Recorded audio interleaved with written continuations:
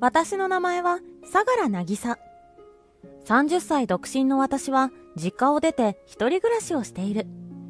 一人という何とも自由な暮らしのため、夜中にコンビニへ行きスイーツを物色したりなんてこともごく普通にしているのだが、この日は休日ということで、いつもとは違うコンビニで手当たり次第にスイーツを買って家で映画でも見ようと考えていた。どれがいいかな。ところがその時、外で大きな音がした。店内にいた人はみんな驚き、外へと飛び出してゆく。もちろん私も同様に飛び出した。すると信じられないことに、私の軽自動車が見事に潰れているのだ。何これ。あまりのことに何が起こったのか理解できずにいたが、なんとか潰れた車に近づいていった。するとそこには2人のヤクザ。なんだよ、こんなところにこんなゴミがあるからぶつけちまったじゃねえか。なんてことだ。自分がぶつけたというのに、こともあろうに私の車をゴミ扱いしている。私の車。なんだよ、姉ちゃんの車かよ。こんなところに置いといたらダメだろうが。急にヤクザは怒鳴り出した。ここは駐車場。あまりにも当然というように怒鳴るため、もしや私が違うところに止めたのかと辺りを見回したが、やはりここは駐車場。しかも私が止めているのはちゃんと駐車スペースだ。あんたがこんなところに止めてるからぶつかるんだろ。どうしてくれんだよ。いや、どうしてっていうのは変だろう。こっちこそどうしてくれると言いたい。なあ、姉ちゃんよ。あれの車が潰れたじゃねえか。相手はこっちが女だと思ってかなりいたけだかに出てきている。その言いようにだんだんと私の方も怒りが湧いてきた。どうしてくれるって、ここは駐車場ですよ。バックしたのか前進したのか知らないけど。前進だよ。前進でどうしてこんなに勢いよくぶつかるんですか。こんなゴミがあるからだろうが。ゴミじゃありませんよ。私の愛車なんですから。どこが愛車だよ。こんな軽なんか車とは言わねえんだよ。それは軽自動車外交課への冒涜です。自分からぶつかっておきながらひどい言いようじゃないですか。知るかよ、そんなの。小さすぎて見えねえんだよ。人が乗れるほどの車が小さいってどこに目をつけてるのよ。姉ちゃんよ、ずいぶんとでっかく出てるじゃねえか。そう言うと男は袖をまくってみせた。そこには入れ墨が入っているが、その絵柄が可愛い。何それ。入れ墨だよ。猫。猫で悪いかよ。俺の可愛いお猫様だ。そんなのを見せられて怖がると思ってるの？なんだこの女。俺の入れ墨をバカにしやがるのか。入れ墨なんかより問題は車でしょうが。全身でぶつかったってことは完全に前方不注意でしょ。知るかよ。そんなところに小さいのがあるのがいけねえんだろうが。小さくても車であることに間違いはないでしょ。そんな安物の車なんてのはどうでもいいんだよ。こっちは高級車なんだからな。だから何よ。高級車ならぶつけても罪にはならないと思ってるわけ？どこまででかいこと抜かしてくれてんだよ。こういう時は素直に謝るべきだろうが。その言葉ブーメランでしょうが。そっちがぶつかったんだからそっちが謝るべきよ。あのな、姉ちゃん。俺らが誰なのかわかるか？一応人間でしょ。ただし理解力はないようだけど。何？俺らはな、ヤクザなんだよ。それが何よ。いいか、俺らは猿川組の組員なんだ。あんまり舐めた口を聞いてると、しまいにはその車みたいにぶっ潰すぞ。人の車を潰したら器物破損程度だけど、人間を潰したら罪は重くなるわよ。確かに違いねえや。お前はどっちの味方なんだよ。すまん。いや、あまりに言えてるもんで。お姉ちゃん、いい加減にしねえと。あんたの体がどうなるか分かってるのかよ。体がどうなるか？どうなるっていうのよ。あんたは女、俺は男なんだぜ。あんまりうるせえこと抜かしてると、二度と抜かせねえようにしてやるって言ってんだよ。すぐそれだ。猿みたいに。女と見ればそんなことしか言えないんだから。あんた、ヤクザだとか言うけど下っ端でしょ？なんだと？本物のヤクザがそんな風に素人を脅したりはしないわよ。それとも、猿川組っていうのは素人相手に脅しをかけるようなポンクラの集まりなわけ？てめえ、マジムカつこんなだな。こっちだってムカついてるわよ。私の愛車を潰されたんだから。この子は大事に乗ってたのに、どうしてくれるっていうのはこっちのセリフなのよ。強気だな。だから、お前はどっちの味方なんだよ。もう、なかなか面白い女だと思ってさ。どうするよ、こいつ。どうするじゃないわよ。弁償してよね。弁償だとこの俺様に弁償しろって言うのかよ。当然じゃないの。それとも警察呼ぶ？保険適用してもいいわよ。保険なんか入ってねえよ。保険も入ってないのに車に乗ってるわけ？はあ、しょうがねえだろうが。考えられない。とにかく弁償してもらうからね。まあ、いいだろうよ。どうしたのか、男は弁償に応じるという。この対応だったら絶対に弁償なんて応じるはずがないと思っていたのにだ。何か企んでる？男はにやりと笑うと、いくらだよ。と言ってきた。中古だったから100万でいいわよ。なんだよ、100万かよ。そんなの楽勝じゃねえか。どう見てもこいつに100万が出せるとは思えない。しかも高級車とか言っているこの車だって中古も中古、かなり古そうなのだ。それなのに随分と大きく出たものだと思っていた。100万くらい払ってやれよ。だがな、こういう場所での事故だ。あんたもお互い様ってやつだよな。は？なんでお互い様になるわけ？駐車場の中ってのはお互い様なんだよ。そんな話を聞いたことがない。だから、俺の車も弁償してもらわねえとな。なんでそうなるのか。ぶつかってきたのは相手だというのに、なんで私も？お互い様なんてことも聞いたことがないが、ここに弁護士の友達がいるならいいが、それもいないだけに、絶対に違うと言い切れない私の愚かさ。周りの人からは、止まってる車にぶつかったんだから、男の人の方が悪いよね、と囁き合っている。ならば言ってくれたらいいものだが、誰も口を挟んでは来ない。まあ、その気持ちもわかるけど。ってことだからよ。慰謝料と修理代で1000万な。払えや。はあ？思わず、やぶへびだったのかとショックを受けた。1000万なんてありえない。こんな中古の中古で、そんな金額を払えというのはおかしな話だ。しかも、相手はピンピンしているのに、どうして慰謝料なのか。こっちは100万だと言っているのに。遠巻きに見ていた人たちからは、うわぁ、かわいそうに、などの声がしているが、警察すら呼んではくれない。私は必死に、それはない、と直談判したが、あんたが100万って言うんだ。こっちはヤクザなんだからよ。そこはゼロの数が増えるのは当然なんだよ。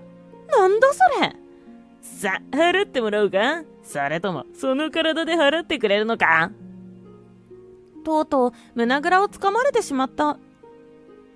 見たところ年はいってるが、いい体してるじゃねえか。こいつは高く売れそうだな。どこかで聞いたことのありそうなセリフを並べてくる。きっと、ヤクザセリフ集なんてものがあるのかもしれない。頭の中の私は冷静にもそんなことを考えていた。だが、いつまでもこんなことをしているわけにはいかない。しょうがない。あの手を使うか。わかりました。1000万払います。あ、やっとわかったか。でも、ここにはありません。お金は父の家にあるので、一緒に来てください。よし、一緒についてってやれよ。男たちは大喜びして私についてくると言ってくれた。突然言ってもお金の用意ができないでしょうから、先に連絡を入れますから。ああ、構わねえよ。私は少し離れたところで電話をかけ始めたが、その間男たちは、いいカモを捕まえたな。こんなにすんなり払うとはな。お前も悪だな。何言ってんねん。これでしばらく遊べるぜ。などと話していた。そんなに甘くなんてないけどね。私はそんな男たちを見ながら北総園だ。こうして父のいる実家へと移動することになったが、連絡は取れました。父の部下が迎えに来るので、それまで待ってください。はあ？だったらそいつが金を持ってくるのか？いえ、さすがに1000万を持って歩くのは問題がありますから、ひとまず迎えに来てもらって、お金は実家で渡すそうです。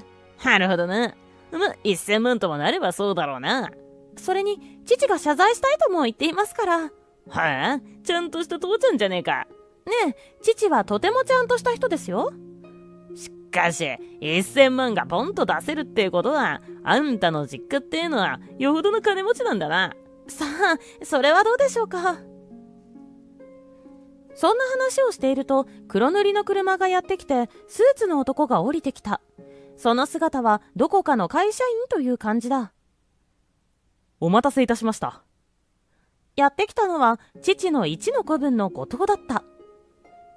お嬢の車はどんな感じでしょうか。あれよ。男たちに会話が聞こえないように話しているため、後藤が私をお嬢と呼んでいるのも聞こえてはいないはず。それどころか男たちは黒塗りの高級車を見て、私のことをどこかの社長令嬢だと思い込んでいるようだった。写真を撮らせていただきます。撮ってくるように言われているので。そうね。見ないとわからないものね。後藤は数枚の写真を撮ると、私のために後部座席のドアを開けてくれた。そして男たちに向かって、それではお嬢様をご実家にお連れいたしますので、一緒にお願いします。ぴったりくっついていってやるやん。後藤は深々と頭を下げると運転席に乗り込んだ。こうして実家へと走り出したわけだが、車はスピードを上げ、間もなく実家へと到着した。門の前で降りると何人もの組員がやってきて、男たちの車を取り囲み、男たちを逃がさないようにしている。だが、組員の誰もがスーツ姿のため、男たちはよほどの金持ちなのだろうと思ったらしい。車を駐車場に移動しておきますので、キーを預かってもよろしいでしょうか。後藤がそう言うと、男たちは素直に車のキーを渡していた。これがどういう意味なのか全く考えていないらしい。後藤は近くにいた組員にキーを渡すと目配せをした。大きな門をくぐると、そこにも何人ものスーツ姿の男たち。それが私を見た途端に一斉に頭を下げ、お帰りなさいやしとやるわけだ。どう見てもヤクザ映画という感じだが、男たちはどう思っているのか。お客人は奥へお通しするように言われています。じゃあ連れてってあげて。私は組長のところに行くから。はい。お嬢、金は紙袋の中に。紙袋？丁寧ね。はい、組長がそのようにと。このやりとりを聞いていた男たち、やっとそわそわし始めた。おい、お嬢って、組長って、もしかしてここはどこかの。ひそひそとやっている男たちに後藤がにやりと笑っていった。あんたら、お嬢が相良組のお嬢だと知らずに脅しをかけたのかい。相良組？嘘だろ。嘘じゃねえよ。ずいぶんとでかいお人に脅しをかけたもんだぜ。そういうことなら俺たちはこれで失礼します。おっと、家の中まで上がり込んで、これで失礼しますは通らねえだろ。組長もお待ちなんだ。それに金の用意もできてるんだからよ。でももストもねえんだよ。お嬢は組長のところへどうぞ。あっしは客人と奥の客までお待ちしておりますので。わかったわ。私はその場を離れると父のもとへと向かったが、客間に通された二人は後藤に見張られるように座り小さくなっていた。私が父の書斎へと入ると、父は和服を粋に着こなし腕を組んで何やら考えているようだった。お父さん、ただいま戻りました。渚か、怪我はねえか。はい、買い物してた時にぶつけられたから、私は車内にはいなかったので。そうか、無事でよかったぜ。それにしても随分とひでえぶつかり方をされたもんだ。あそこまでめちゃくちゃにしておきながら、悪いのはこっちだって言うんだから、驚きだわ。どうせ下っ端のやつらだろ。でしょうね。猿川組だってことだけど。猿川か。あそこの兵隊も大したことねえな。これが1000万か。割と紙袋に入っちゃうもんなのね。こんなもんのためにあいつらは命を張るわけだ。バカな野郎だ。ほんとだね。さて行くか。渚、金を持ってこい。はい。父に言われるままに紙袋を手にし、客間へと向かった。襖を開けると、そこには小さくなっている2人の男。部屋の四隅には4人の組員。さらに後藤は父が座るであろう場所の斜め後方に座していた。だが、その誰もがすぐに動けるようにと片膝をついている。お待たせした。父はそう言うと、2人の男の前に座った。車の状態は部下からの写真で分かってるが、あんたらの車も相当なもんなようだ。申し訳ないことをした。そう言って頭を下げた。いえ、とんでもない。お嬢さんの車は止まっていただけなのに、こっちがぶつけちまったんですから、どうか頭を上げてください。そうかい？それで慰謝料と修理代で1000万ということだが、本当に1000万でいいのかい？そんな金は気にしないでください。どういうことだ？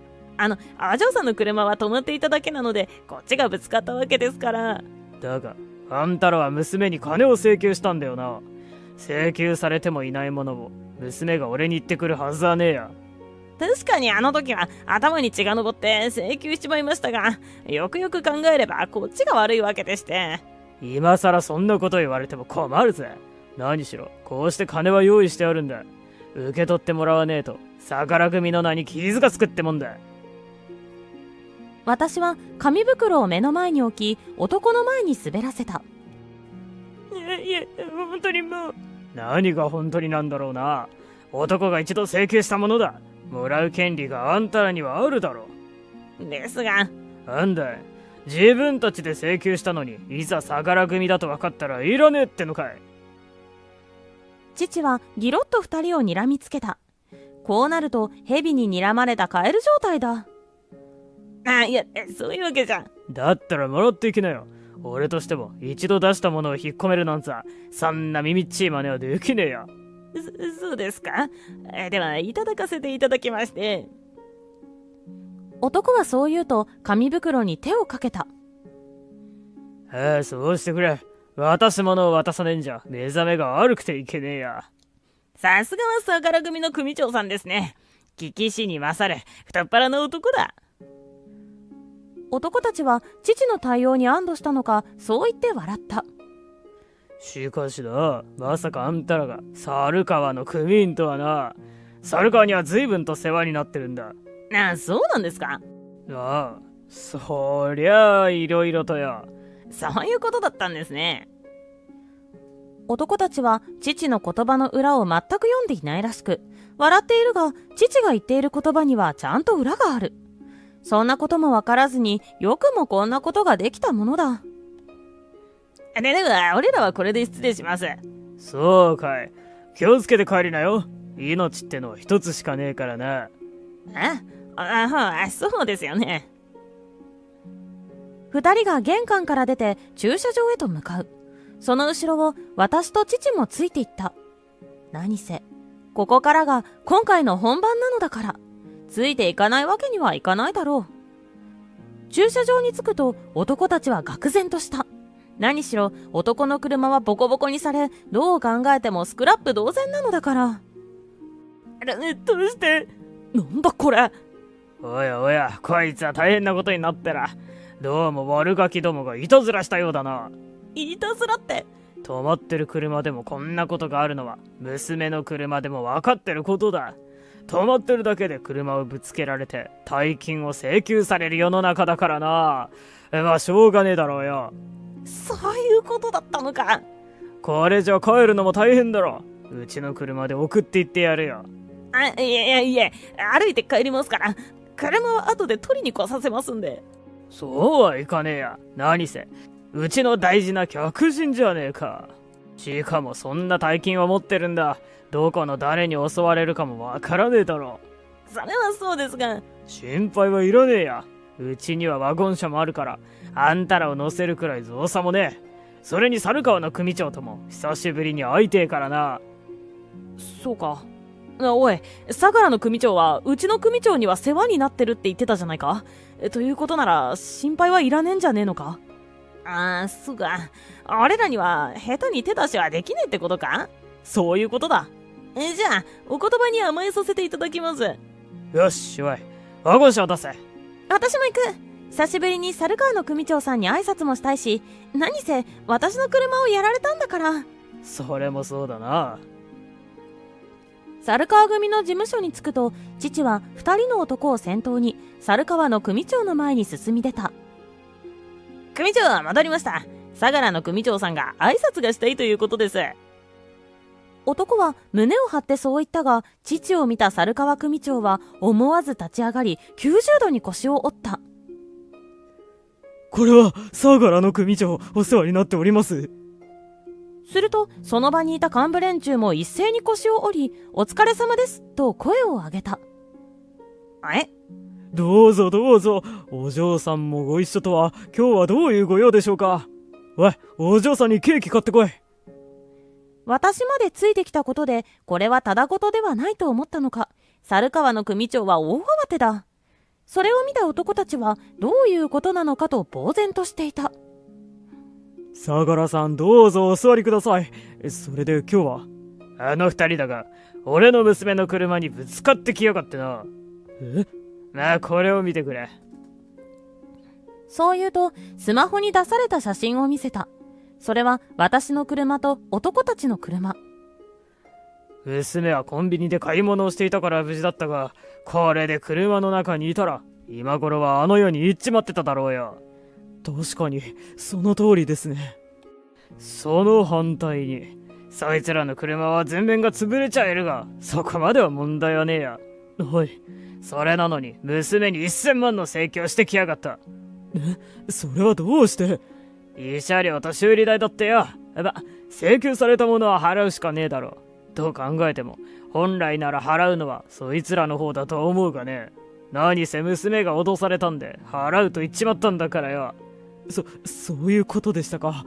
すいません。おいてめえら、なんてことをしてくれたんだ。待ってくれ組長。相良は組長に世話になってると言ってたんだ。どうして組長がそんなに相良に頭を下げるんですか？ああ、俺が相良さんに世話をしてるだと？そんなことがあるかよ。こっちの方こそ相良さんには世話になってるんだよ。相良さんにそっぽを向かれたら、うちの組はあっという間に立ち行かなくなるんだ。それほど相良組はうちにとっちゃ大事なパートナーなんだよ。その相良組のお嬢になんてことをしてくれたんだ。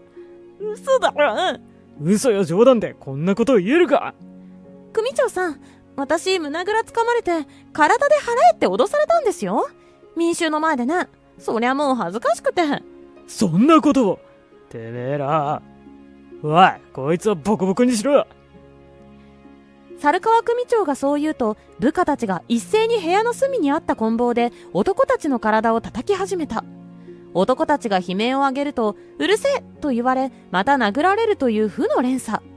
父は無表情のまま持ってこられたお茶を飲んでいた。私はというと、前に置かれたケーキを頬張っていた。しばらくすると、男たちはぐったりとして動くこともできないほどのダメージを受けていた。それを見た父が、そろそろやめねえか。殴ったところで俺の娘の心の傷は癒えねえや。はい、やめろ。相良さん、ありがとうございます。おっと、礼を言うのはまだ早いや。ここからが本題だからな。まだ俺の娘の車の修理費をもらっちゃいねえんだよ。100万ですよね。それはその1000万から。そうはいかねえだろ。何せ俺がこうして動いてるんだ。相良の組長を動かしたのに100万で済むはずがねえよな。それにてめえの車が1000万なのに、どうして相良組の組長の娘の車が100万だと思うんだ。お嬢さんが。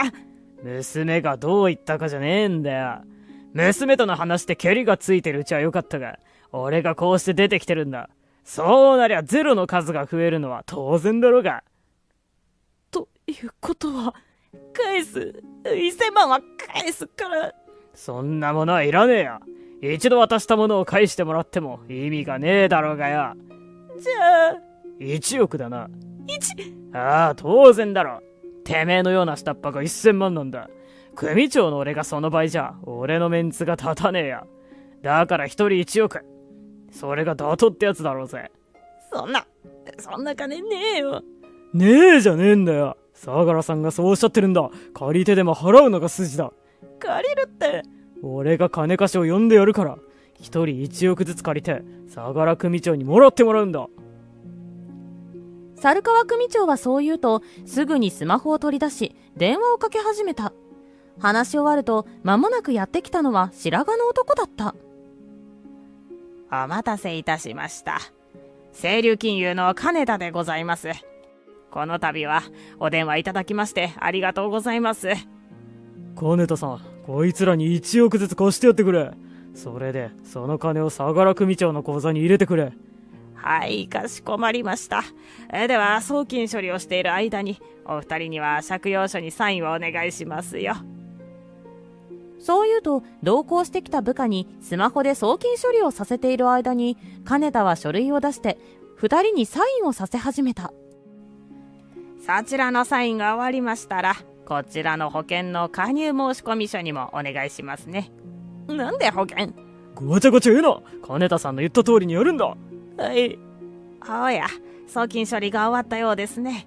まもなく入金完了通知が届くと思いますが、この通り送金は完了しておりますので。金田はそう言うとスマホを二人に見せ、父にも見せた。ではサインもしていただきましたし、送金も完了しましたので行きましょうかね。どこに？あんた方はカニ漁船に乗ってもらいますよ。カニ？はい、1億ですからね。しっかり働いてもらわないと返済ができませんのでね、頑張ってください。組長、カニは嫌だ。助けてくれ。